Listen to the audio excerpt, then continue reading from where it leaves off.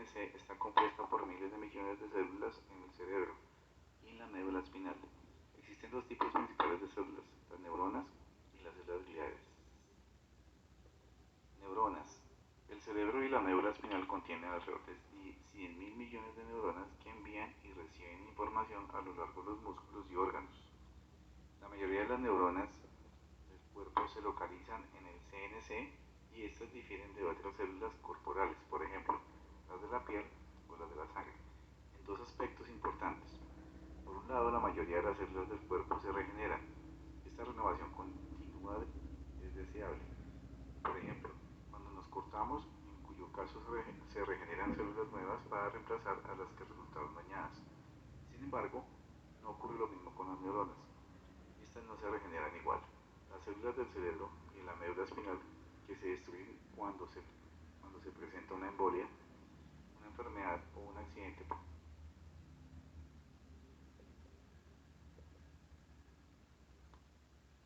El tallo cerebral. En la base del cerebro se encuentra el tallo cerebral, que se encarga de las funciones del SNA, involuntarias por medio de su formación reticular, que es una red de neuronas y fibras encargadas de regular el control de funciones corporales básicas como la respiración, la frecuencia cardíaca, la presión sanguínea, el movimiento ocular, la salivación y el gusto. La formación reticular también está involucrada en los niveles de conciencia, como el sueño y la vigilia.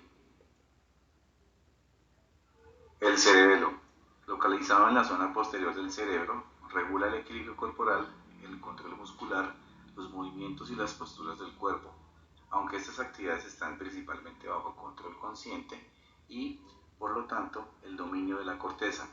Esta última no cuenta con todo el equipo necesario para regularlas, por lo que debe trabajar en conjunto con el cerebro para la coordinación de los movimientos. El cerebelo es la clave para adquirir las habilidades motoras. Con la práctica muchas habilidades motoras se convierten en automáticas, como tocar el piano y conducir un automóvil. Este automatismo ocurre porque el cerebro tomará parte del control, con lo cual permitirá que la corteza se concentre en las actividades que requieren la conciencia, por ejemplo, pensar y resolver problemas.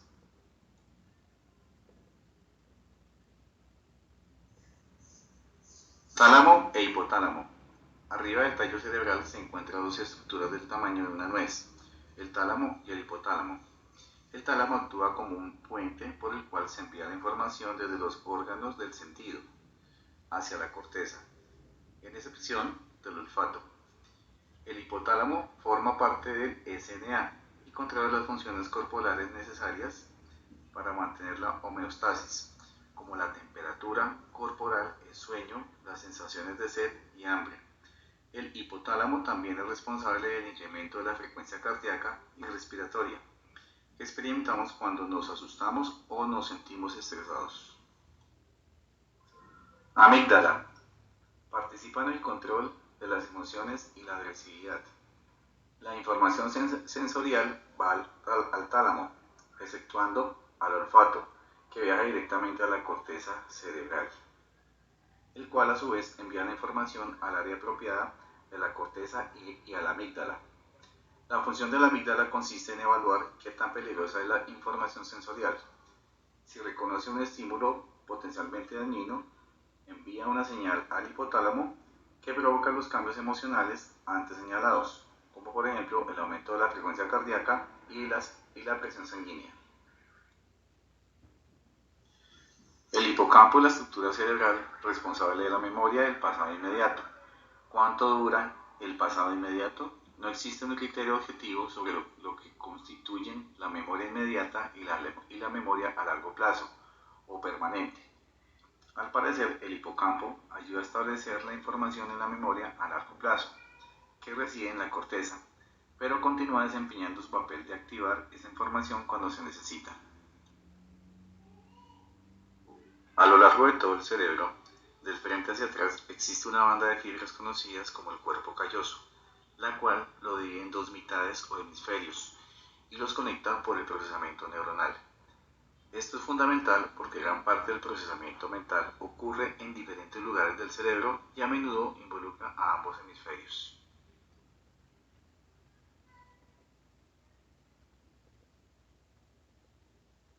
Lóbulo occipital. Los lóbulos occipitales del cerebro participan principalmente en el procesamiento de la información visual.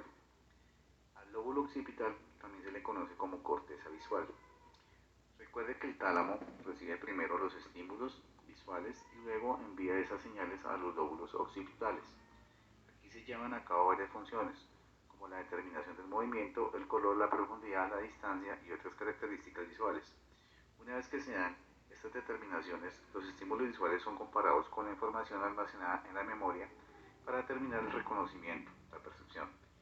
De esta manera se reconoce un objeto que coincide con un patrón almacenado. Cuando no hay coincidencia, se codifica un nuevo estímulo en la memoria. La corteza visual debe comunicarse con otros sistemas del cerebro para determinar si un estímulo visual coincide con un patrón almacenado. Lóbulo temporal. Los lóbulos temporales, localizados en un costado del cerebro, son responsables del procesamiento de la información auditiva.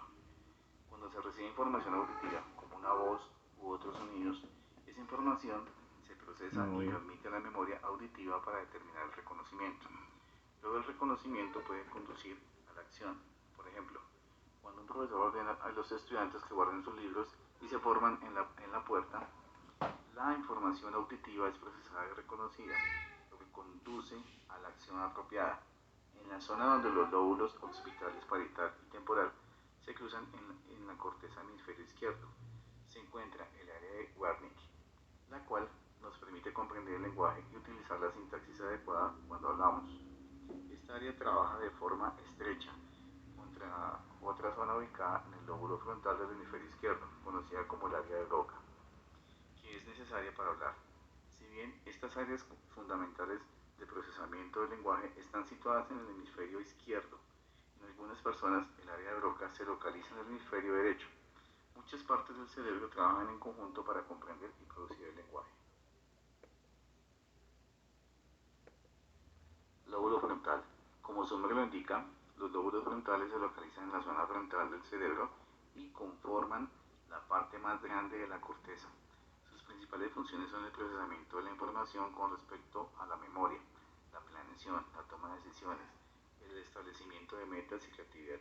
Los lóbulos frontales también contienen la corteza motora primaria que regula los movimientos musculares.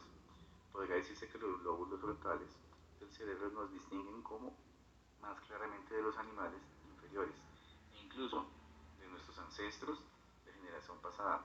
Los lóbulos frontales han evolucionado para asumir las funciones aún más complejas, ya que nos permiten planear y tomar decisiones conscientes, resolver problemas y conversar con otras personas. Además, nos hacen conscientes de nuestro proceso mental, lo que constituye una forma de metacognición. Enfrente de la corteza motora se localiza el área de Broca, la cual gobierna la producción del lenguaje. Alrededor del 95% de personas de esta área se localiza en el hemisferio izquierdo, mientras que en el 5% restante, el 30% de los zurdos, esta área se ubica en el hemisferio derecho. Los lóbulos parietales, localizados en la parte superior del cerebro, son responsables del sentido, el tacto y ayudan a determinar la posición del cuerpo y a integrar la información visual.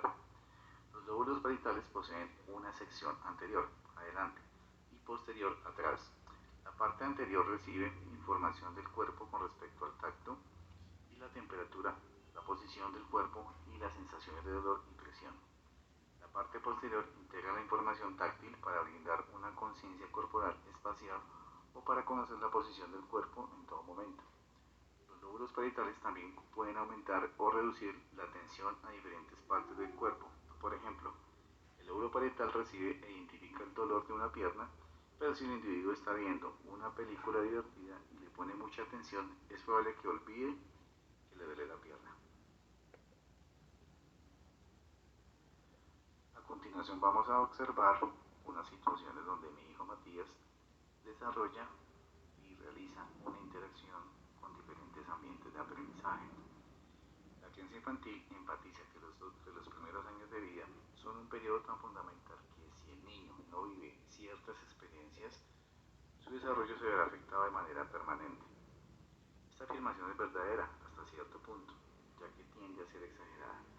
5 aspectos del desarrollo del cerebro para los que parece haber periodos cruciales son el lenguaje, las emociones, el desarrollo sensorio-motor, el desarrollo auditivo y el desarrollo visual. Jensen 2005. Observando los videos vamos a identificar alguna de estas etapas, algunos de estos periodos, para poder realizar un reconocimiento de esas acciones y podemos observar que Matías genera estímulos a través de los sentidos. Es la única forma en que él comienza a generar su desarrollo neuronal.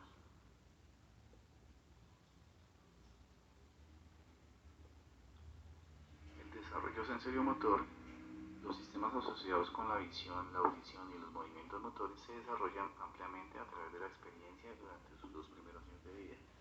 Por eso es que es muy importante que los niños jueguen, interactúen y desarrollen ese estímulo, esa sinapsis de manera interna en el cerebro, a través de los colores, a través de los ruidos, a través de los fluidos, a través de las interacciones con diferentes materiales.